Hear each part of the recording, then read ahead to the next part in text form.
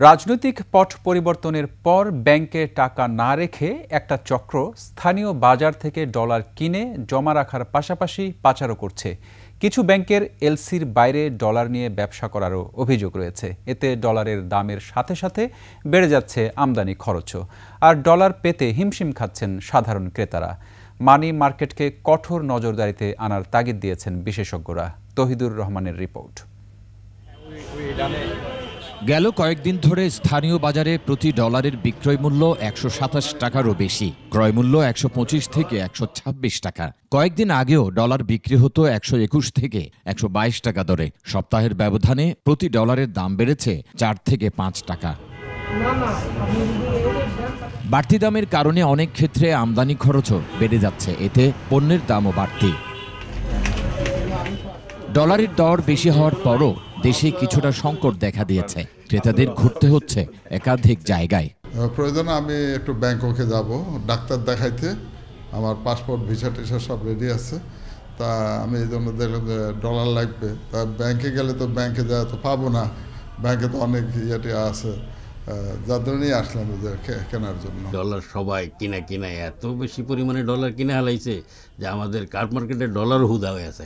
বিশেষজ্ঞরা বলছেন, একদিকে বৈদেশিক বকেয়া পরিশোধের চাপ, অন্যদিকে স্থানীয় মার্কেট থেকে অস্বাভাবিকভাবে ডলার উত্তোলনে ডলারের মার্কেট অস্থির হচ্ছে। ডলার কেনা বেচার ক্ষেত্রে আপনার রেশনিং করতে হবে। একজনে চাইলেও আপনি তাকে ২০,০০০ ডলার দিয়ে দিলেন, এই টাকাটা কি আসলে আমার নিজের প্রয়োজনে আমি এটা লাগাচ্ছি, ট্রাভেলিংয়ে লাগাচ্ছি, ইম্পোর্টে লাগাচ্ছি, এক্সপোর্টে লাগাচ্ছি? কেন আপনি ২০,০০০ ডলার কেন নিচ্ছেন? কোথায় নিচ্ছেন? একটা এগ্রিগেটেড ঢুকে গেছে মাঝখানে। ওরা করে কি এই সমস্ত এক্সচেঞ্জ হাউস থেকে ডলারগুলোকে প্রকিউর করে একটা ডিফারেন্ট রেট, অ্যান্ড ওটা তখন এসে ওরা একটা অ্যাভারেজ করে মার্ক আপ করে আর আমাদের কাছে বিক্রি করে। যে আপনি যত লেয়ার বাড়াবেন তত কিন্তু আপনার খরচ বাড়তেই থাকে।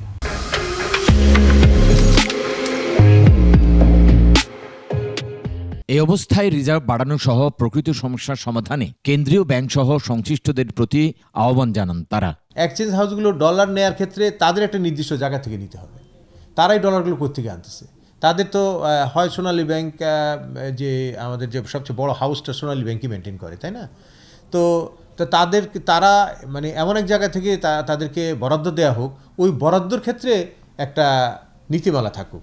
এদিকে ডলারের রেট নিয়ন্ত্রণে ক্রয় বিক্রয়ের পার্থক্য কমিয়ে আনার তাগিদ দিয়েছেন পোশাক খাত সংশ্লিষ্টরা। আমরা বাংলাদেশ ব্যাংককে অনুরোধ করব যে তারা যেন এটা স্ট্রিক্টলি কন্ট্রোল করার ব্যবস্থা নেয়, যে কোনো অবস্থাতে বাইং এবং সেলিং এর মধ্যে 1 টাকার বেশি ডিফারেন্স না থাকে। আমদানিকারকদের চেয়ে সাধারণ ব্যবসায়ীরা আরও সংকটে পড়তে পারে বলে আশঙ্কা তাদের।